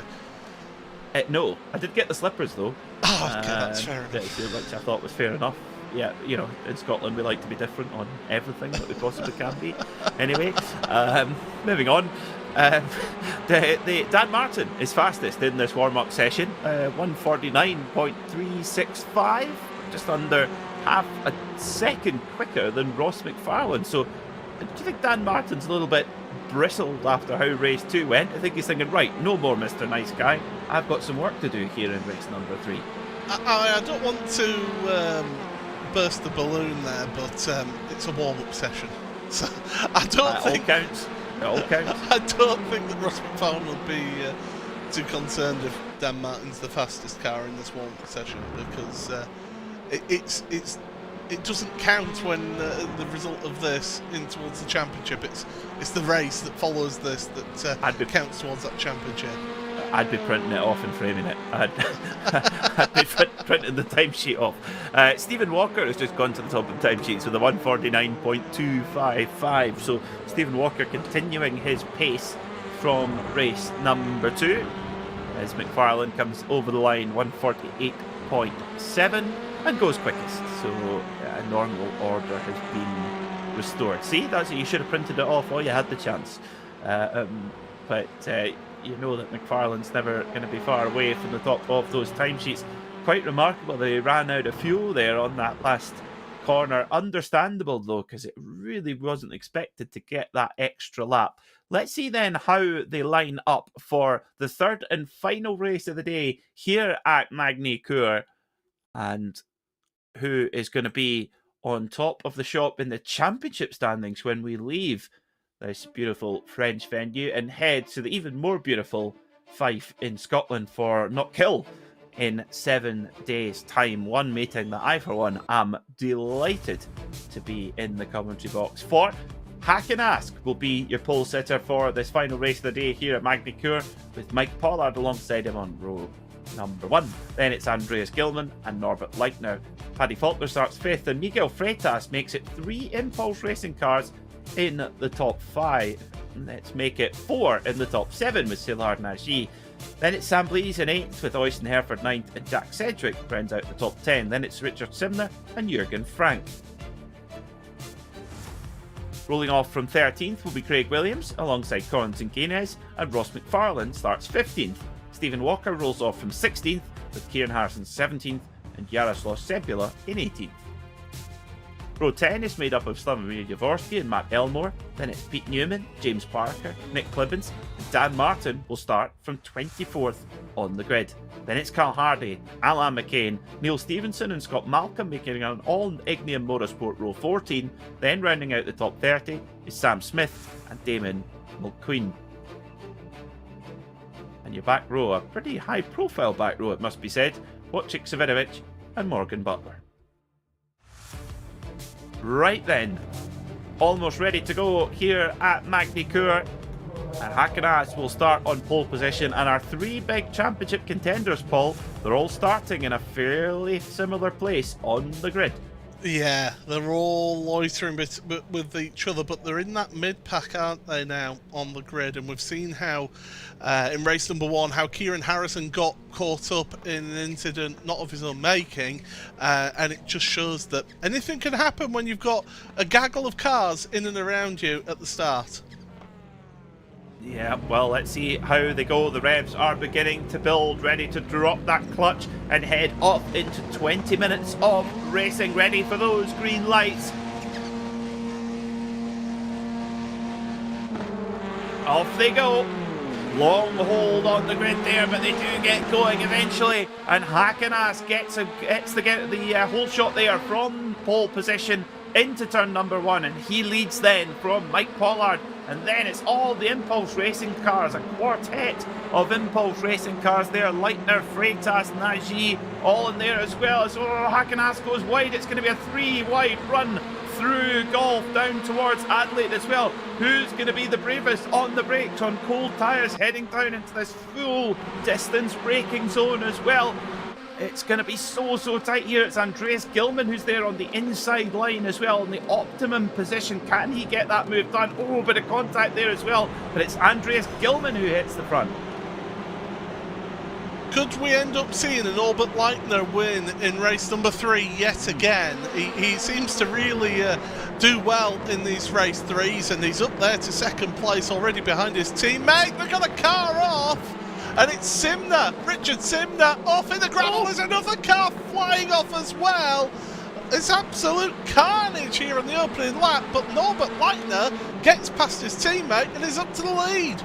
And I think I saw Dan Martin run wide there as well, you know, as, another disastrous day for Sam Smith continues. The iRace team have had a bruising encounter. As you look a little bit into the back of shot to see what happened to them, everyone bumping and barging their way through Adelaide. And it's further up towards the Nürburgring hairpin on the 180-degree bend through Nürburgring here, and it's all arms and elbows. Simner just gets dumped out the way. Yeah. And I'm sure I saw Dan Martin running wide there as well. Whoa! Oh, Pollard! Whoa! Oh my goodness! Oh, and McFarlane gets turned around. McFarlane gets turned around. Oh my goodness. Ross McFarlane has been twirled around and drops right to the back of the pack there.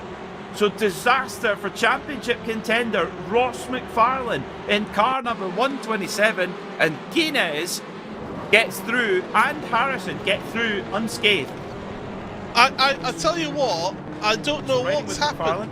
I don't know what's happened this race, but everybody just seems to have gone crazy. They've got third race-itis and ended up, oh, careful there, Ross. Yeah, he did manage to do it. But there are, I can tell you, 7 drivers from the opening couple of laps, all with the meatball flag. So all got the orange and black mechanical damage flag, and they're all having to head back to the pits.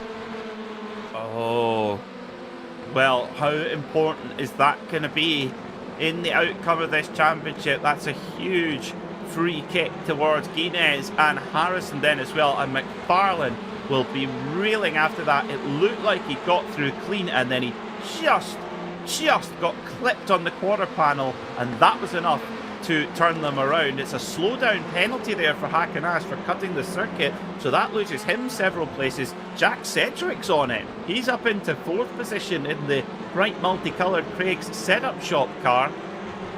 Okay, let's take stock. Norbert Leitner's disappeared into the distance. He's 4.5 seconds ahead of his teammate Andreas Gilman, who leads the AM class, 2nd overall, and it's a 1-2-3 at the moment for Impulse Racing. Then it's Jack Sedgwick in 4th, and according to Guinness and Kieran Harrison, it's dreamland for Sim RC, and those 2 drivers in the championship chase, they're in 5th and 6th. Couldn't have gone better. Yeah, absolutely. It's been a real change of things here in this second race. Harrison up 11 places because of all that shenanigans that went on there at the chicane, and it was the DCW racing car that got turned, and then the geodesic car got left stranded in the middle of the chicane. And I tell you what, there's no worse place to get stranded in than right in the middle of that final chicane here at this track, because it is one line through that chicane, and just people had to just take to the runoff area left and right just to try and work their way past everybody and hope that they didn't get involved in any further shenanigans. But yeah, there's been a big number of drivers had to head onto pit road. Faulkner, Elmore, Blees, Sam Smith, Steve Walker, Mike Pollard, Neil Stevens. Oh, Stevens has not had any luck at all this season, and Jaworski as well on pit road. All of them having to sit down, having to get some repairs. Yeah, that's it has been so tough for the Ignium Motorsport team this meeting, and particularly for Stevenson, that's for certain.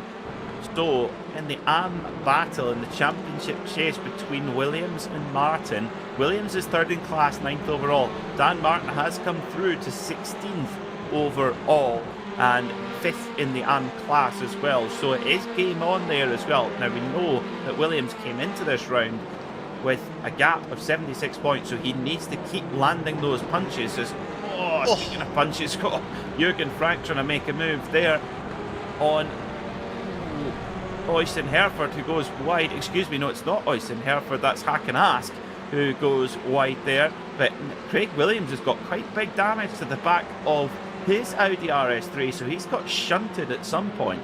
I can tell you, by the way, that the series admins have been updating the points as we've been going on, so thank you very much to Andy Shield and Matt Bunn for that this evening. Championship lead between the top 3, McFarlane, Guinness and Harrison in that order now. 36 points separate them, the top 3. There's 57 points cover Dan Martin and Craig Williams, so Williams needs these good points here today. Big time, yeah, big time. And I think with Martin's consistency, I think with the drop scores will play into his favour as well. However, we've got Knockhill to get through next week. That is, that can be three good races, can be 3 disasters. There's just so much that can go wrong at Knockhill. Going in through Duffus Step down towards McIntyre's, it's so tight there, especially the grid sizes that we have here in the World Touring Car Series. You're trying to fit a lot of cars down that very narrow stretch of tarmac, and if somebody gets on the grass, well, they turn into a bowling ball, unfortunately. So But here at Magny-Cours, we've seen some really good quality racing. Yes, it was a bit of a scrappy first lap here in race 3, but I think that's about all really to really complain about. But it's been good racing, that's for sure. Cedric up into third now. He's got past Miguel Freitas in the 999 Impulse Racing car, who in turn has to look in his rear view mirror, and he has 2 rabid SMRC cars right behind him, Guinness and Harrison. Look at the lead that Leitner has right now over his teammate, yes, and it's the AM leader as well as Gilman. Gilman's got a veritable Bank Holiday Monday queue of cars behind him right now, in Cedric, Freitas, Guinness and Harrison. But they've got their own little bit of a gap back to Nagy there as well. So if you're Gilman, you're third in the AM Championship going into this round as Cedric goes up into second place there. It's not imperative that you have to finish in the top 3 for your AM standings, but you do want to finish as high as possible, because he's now ahead of Damon Mulqueen in the AM standings right now. Yeah, this is really important for Gilman to try and get as good a result as he possibly can overall. Try and score that big bag of points. But yeah, he's got some real piranhas circling behind him there. His own teammate Miguel Freitas providing a little bit of rear cover, and that will only last for so long. Norbert Leitner absolutely dominating at the front of the field. He's just set his fastest lap of the race, a 148.796. That's the only drivers who have eclipsed that are Guinness and Harrison, 148.6 for them. So Leitner again showing his class and solidifying his position in the championship. He's 4th in the championship coming in here, and with David Baker in 5th in the championship, not here tonight actually, something we don't say very often. That will of course widen that points gap as well. Half race distance coming up, and this is a great opportunity for Guinness and Harrison to land a very sore punch on Ross McFarlane as he tries to fight his way back up the field. He's only got back up into 21st. That dropped him right to the back of the field, that incident there early on in the race. Yeah, and yeah, it's all about that fight back when you can do that. And yeah, as I say, 20th place for Ross, so he is fighting back in this field as Guinness trying to go the long way around Miguel Freitas. Freitas says no thank you. Here comes Kieran Harrison now. We've seen these two race each other throughout the season, and they've pretty much raced nice and clean and in order until about 2 laps to go for Guinness and Harrison, and then the gloves are off and they duke it out for position between them. But right now they've got a common enemy in front of them, and that's Miguel Freitas there.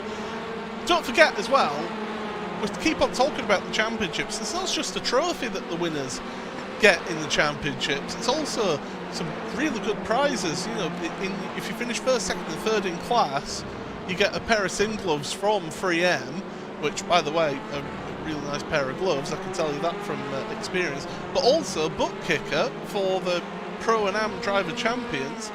They get a 4 corners kit. 2nd place Pro and Am get a 2 gamer kit, and the 3rd place get 1 gamer kit. So they get some really good prizes in this championship. You know, the series sponsors have really stepped up and given these drivers something all to aim towards winning their respective championships. Oh, no question about it. Absolutely no question. We've got some great long-standing partners here in the World Touring Car Series. And here comes Guinness, then he's going to try and make a move on Freitas. And Freitas just gets a little bit wide, a little bit of a wiggle there, fighting the understeer, then oversteer. And Guinness gets through. Now, is Harrison going to be able to pass as well? Freitas gives plenty of room, and yeah, that little bit of a wiggle there coming through Estoril, that just killed the momentum there for Freitas, and that allowed, it was a big late move there from Gilman trying to defend on Guinness. And Gilman, he is like a respecter of no ego or CV, that's for sure. He's got two guys fighting for the Pro Class Championship, but Gilman, gee whiz, that was a stark defence there. And you see that Harrison did the duck under at the hairpin, got the move done on Guinness. Guinness had to back out of it at Nürburgring, heading into 180 and through the go on towards Imola.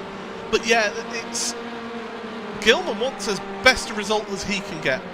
That, at the end of the day, as much as people will look at him and just go, well, he's an AM, he's not racing these guys for championship position. No, he may not well be facing them for championship position in their championship. However, the points that he scores for third place, he takes into his AM championship. So he wants to hold on to this for everything that it's got.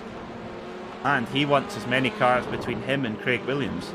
Craig Williams is in 8th overall, Gilman is in 3rd overall, but there is only three seconds between them. And if you get bullied out the way, that 3 seconds can just erode straight away.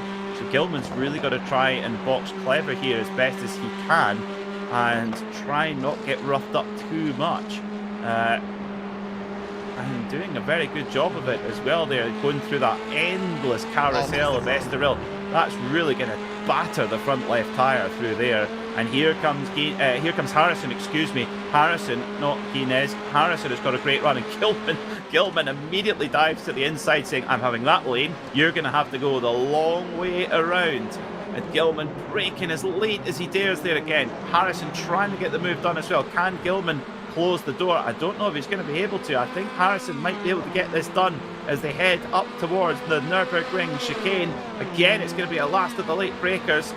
And it's Harrison who gets it, and critically, Harrison now has a car between him and Guinness. That's absolutely important. Oh, Guinness makes a mistake. So Harrison gains a couple of vital places over his teammate, but championship rival. I wonder if it was a slowdown potentially that he just had to clear quickly and move out the way there, and that's why he was so deep into the corner. But if you're Miguel Freitas, you don't care about that. You take the opportunity while it comes to you.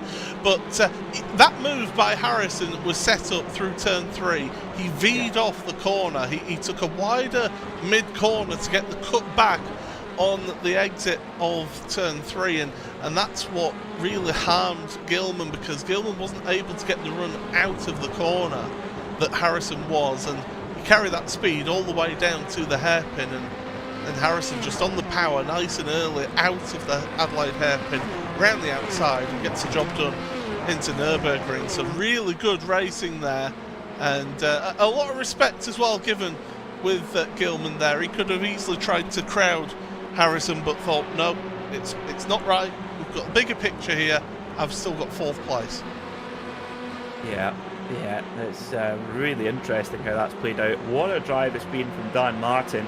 Had to really fight his way through the field, got put down to the back of the order after an incident not of his own making in race 2, and he's fought really hard, and every time it looks like the others have got him on the ropes, he does fight back. He's got some real tenacity, has Dan Martin. But Craig Williams ahead of him, so Craig Williams will gather some more points up here if they finish as they are with 4 minutes to go. Gilman is your leader in AM right now, 4th overall as well. Now, Kieran Harrison in 3rd position.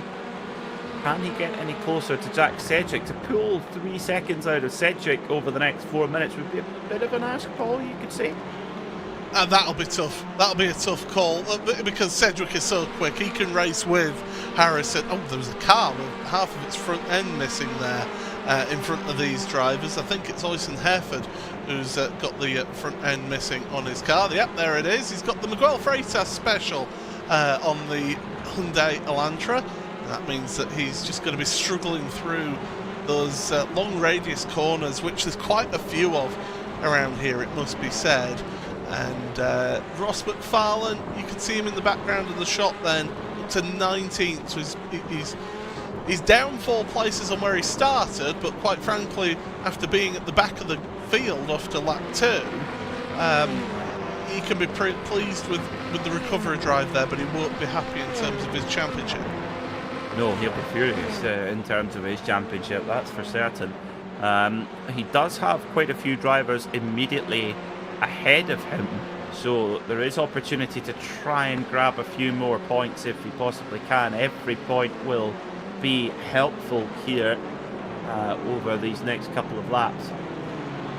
And I don't think we'll be getting our 12th. Well, actually, now there's a question. Will we be able to get our third 12 lap race in a row? Because Leitner hit the front, and to be honest, we've not seen him for dust. So we might well get a 12th lap again. His average lap time though, 48.9 is his 5 lap average. He's not got the pace that they had in races 1 and 2. So I think we have got about a lap and a half to go in this one. It's going to be tight again though. It's going to be very tight. Yeah, we'll see when Leitner comes over the line of what to expect there. But Guinness, that mistake, well, he'll be ruining that mistake, allowing Harrison to escape from his clutches, and Guinness has got to go through the significant effort of trying to pass Miguel Freitas. No guarantees there at all. We've seen how hard Freitas will defend his position as well. So that's a little bit of an edge to Harrison there. Very interesting. Oh, you can see the car bouncing and bounding over the curbs as well. Now, are we on to our final lap here? I think we might well be, you know, Paul.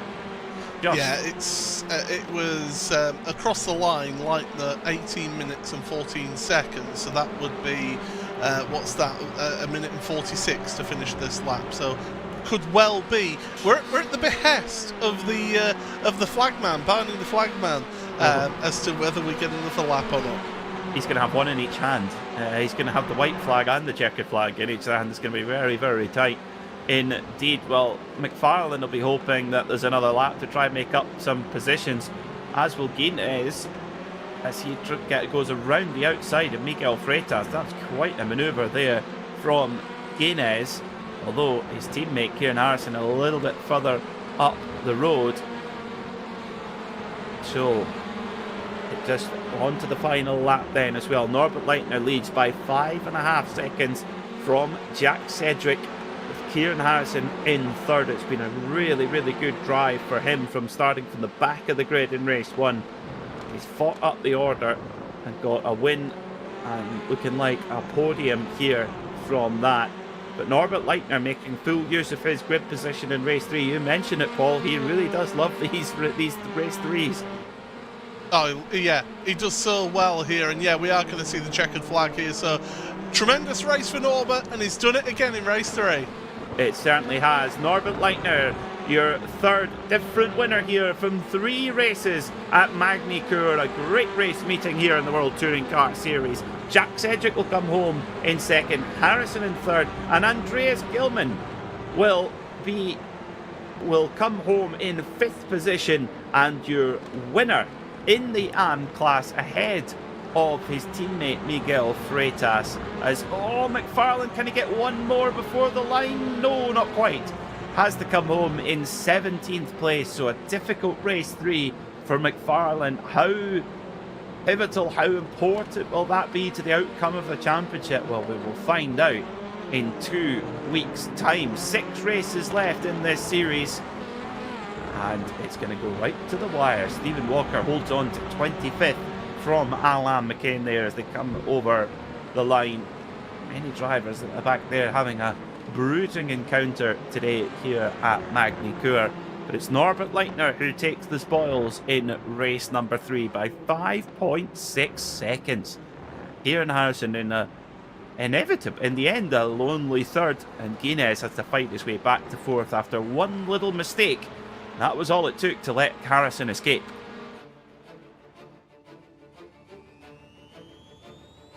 So, Norbert Leitner then, your winner by 5.6 seconds from Jack Sedgwick, with Kieran Harrison rounding out the top 3. Corentin Guinness was 4th, with Andreas Gilman winning in AM and 5th overall. Miguel Freitas was 6th, followed by Szilard Nagy, Jürgen Frank, Craig Williams and Wojciech Savidovic. 11th today was Yaroslav Sebula with Dan Martin in 12th, Morgan Butler in 13th, Oyston Hereford in 14th, and Carl Hardy rounds out the top 15. Then it's Richard Simner. Ross McFarlane really ruining that incident early on in the race in 17th. Hakenask was 18th, David Mulqueen in 19th, and Pete Newman rounds out the top 20. 21st was James Parker, followed by Nick Clibbins, Paddy Faulkner, Sam Blees, Stephen Walker, Alan McCain, Matt Elmore, Scott Malcolm, Sam Smith, and Slavomir Jaworski did not get home on the lead lap. Neither did Mike Pollard or Neil Stevenson. Well, Paul, what a topsy-turvy meeting that was. I mean, coming through that one, you've got to say Corentin Guinness, out of the three championship contenders, he was the driver who had those three consistent finishes actually all the way through.